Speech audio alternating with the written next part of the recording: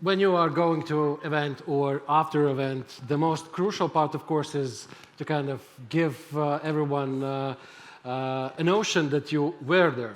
And the next speaker and the next topic is PR, media, and press release. And not just the highlights kind of these words, but what does it mean and how to apply those things in your startup life. So let's welcome Julia Gifford from Truesix. And a little bit about life again.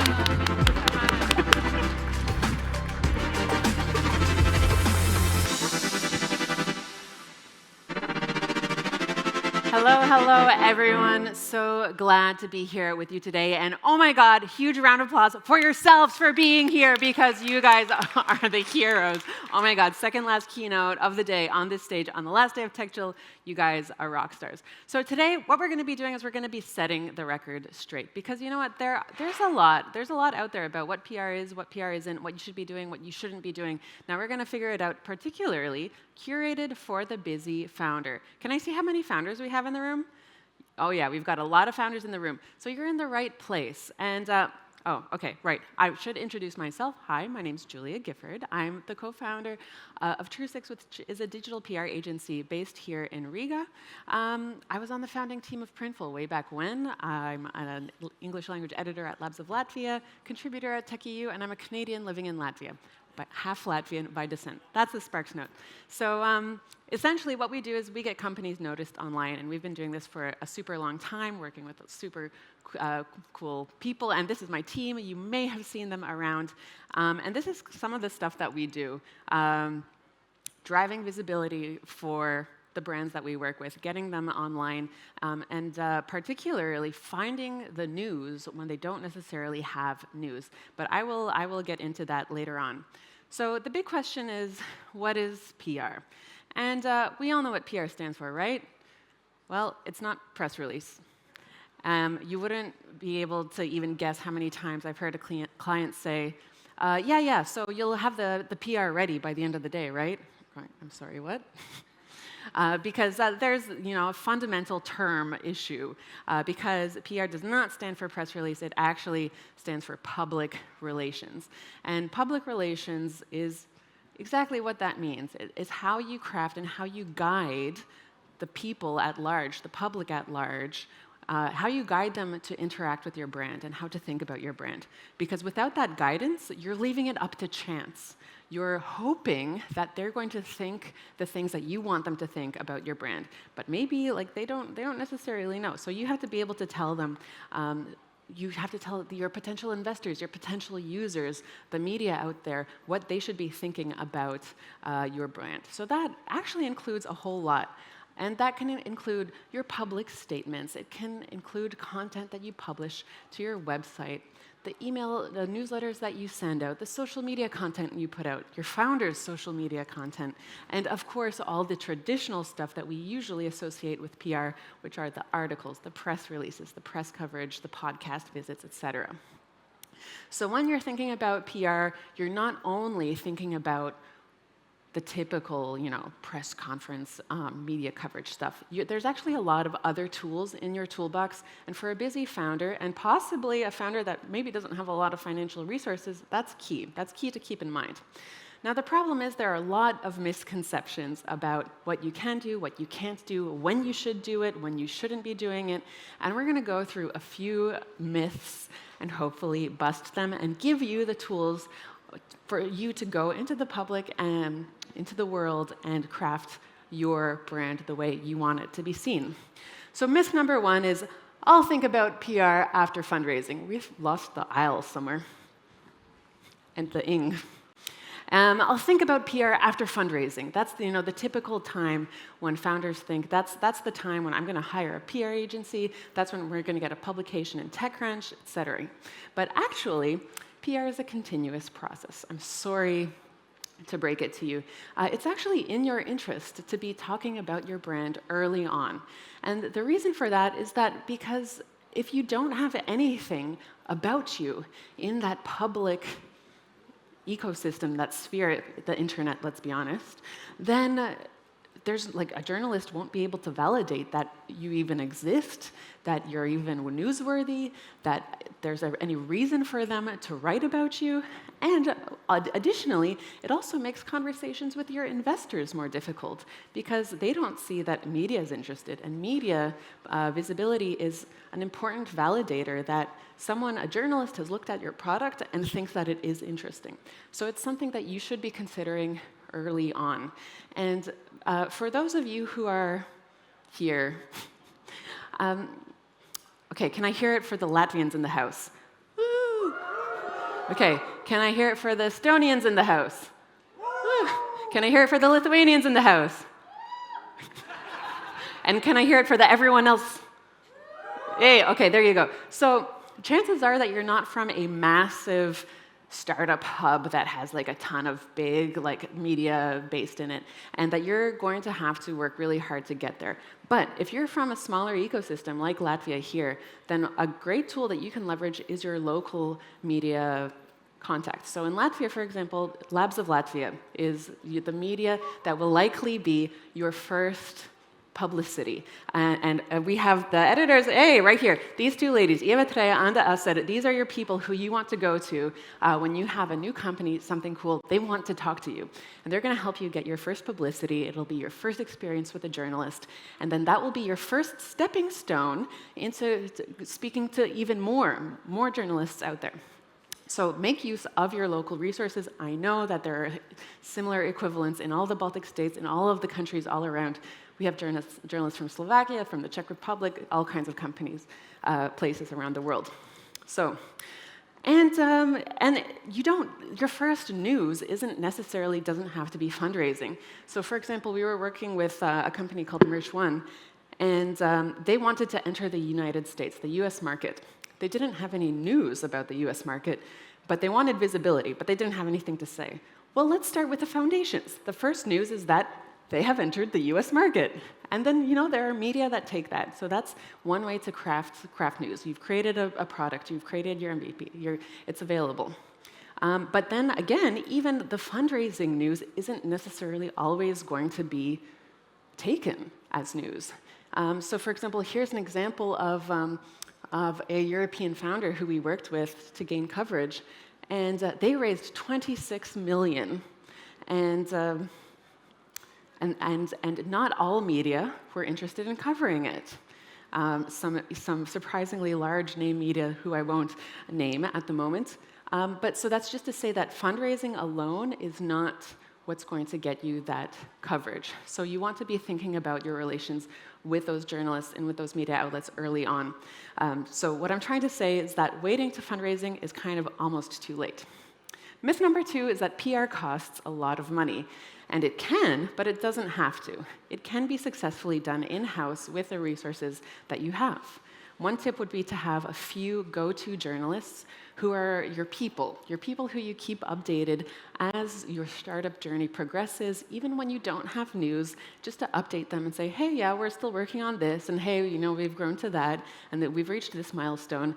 But then when you do have some big news, then you can reach out to them, and they already know you. You don't have to convince them to listen to you because you already have that experience, that relationship, because PR is a relationship game. And journalists want to hear from you. You don't have to hem and haw about it. They're there for you. Their job is they're interested in finding out about new, cool, innovative products. And and you don't even need journalists for that. They're one of the most effective ways to shape public perception of your startup at an early stage is for the founders themselves to talk about it. Right now I'm talking about LinkedIn in particular, but really in any platform. So here are a few examples. So to the left here, we have a LinkedIn post from Kate Lawrence, who's a fantastic journalist at tech.eu. And she has multiple times, on multiple occasions, said, hey, if you're an early stage founder, please reach out. I want to get to know you. It doesn't necessarily mean it will result in a publication immediately, but she wants to get to know you. You don't need to wait until you fundraise 5 million or something. Just reach out and have a chat. But then there are also founders who take it upon themselves to share how their startups are going. And I don't think that there's anything more impactful for sharing and crafting that perception of your startup than being very vulnerable and very open and honest and sharing data with your community. And very possibly, of course, you will hopefully have all of your favorite investors that you're connected with on LinkedIn, et cetera. So this will hopefully get you there. Now, myth number 3, PR will get us leads. It won't. In PR, there are literally no promises. Like none, never. Now, PR efforts can support sales goals, but that's not the point of it. The point is to create that perception of your brand and create people to connect with it. Now, if you do want leads, then you should be talking to your sales team or your marketing team. But PR, that's not it. And the thing is, it can also backfire. Now, I'm going to spill the tea a little bit. We were working with one company. They reached out. They had developed a hardware product, and they were really happy about it. And they said, "We need PR for our hardware product." And what they wanted is they wanted to get into one of those big sites to have a product review. So we arranged a product review in Mashable, which is like a huge, huge platform, a lot of millions of readers. And the way it works is you send your hardware to the journalist. They test it out, they use it, and then they send it back, and then they write it. Well, the journalist tested it out, and we were waiting, we were very excited, and then the publication came, and the publication was, yeah, it's a cool idea, but it's still pretty buggy, so I wouldn't recommend it just yet. Well, guess what? The founder was not very happy about that. And that was a lesson for us, too, to make sure that the product that we are recommending to journalists has to be really on par, because you don't want to be repeatedly sending unfinished products to journalists. But here are some cases where it did work. Now, on the left, we were developing a story about startup visas for Labs of Latvia. So a local news outlet, and we were very surprised. The founder came back to us later, and he said, "Thank you so much for this article. We've had several leads from this." Oh, wow, great, cool. And then there are other cases where a story of yours can go viral. Now, this is a story about the 52-17 productivity ratio. That is a campaign that I created for Desktime, a Latvian startup, 10 years ago. And it is still generating publicity to this day. This screenshot is from an article from 4 months ago on MSN. And if you want to hear more about how that happened, then stay to hear the next speaker who will be telling you all about it, the CMO of Desktime. Okay, myth number 4, my product speaks for itself.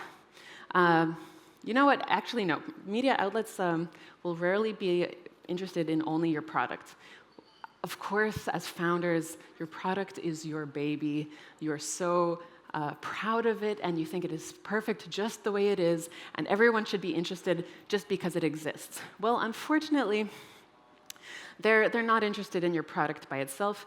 They're interested on the impact it has on everyone else, on the world, on how we interact with the world, on how we experience the world. And you have to be doing the work to give the journalist a reason to care. In your mind, there's a question that you should be asking yourself to help define that. And that question is, so what? My product is the first to have so what? And try to answer that. Well, that means that this entire group of people will be able to now do this before they weren't able to, and it will change their lives because of that. That's what you pitch to the journalist, not your innovative product. So you pitch the so what.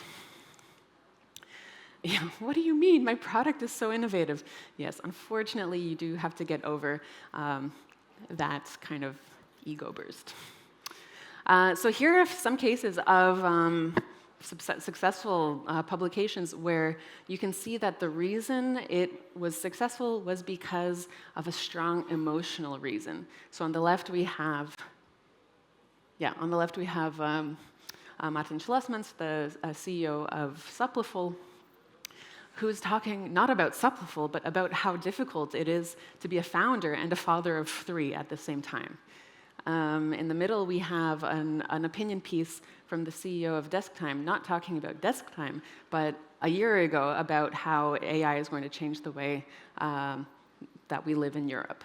And on the right, we have Test Dev Lab, which is talking about like by nerds, for nerds, about how they like to break the internet.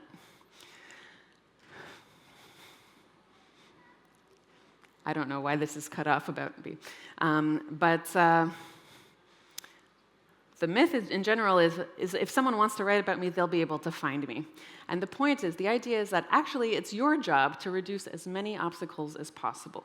So you need to make sure that if someone wants to write about you, all of the information is available. Don't gatekeep information, because journalists, before reaching out, they're going to try and take a look at your website to see if it's up to date, your social media to see if it's alive, and based on that, they will assume if your company or if your startup is still alive, because very often startups will die a natural death, and if it's not alive and if there's nothing there, then they won't reach out. At the same time, if all you have is a contact form to get in touch, then that's also not going to happen. So you really want to make sure that you have like your face, you have a contact email, you make it easy for people to get in touch. Ideally, you'll also have a press page where you have your logos available, your press releases available, your most recent milestones.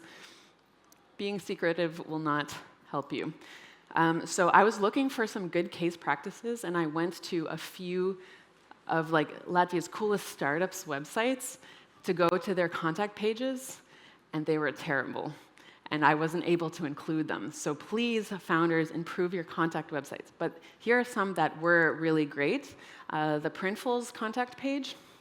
You can see that you've got a representative, you've got a dedicated email address, you have a press kit that you can download, there are logos, everything. And then the same goes with TechChill. You can also download a press kit where you also have the latest press releases, photos, logos, etc.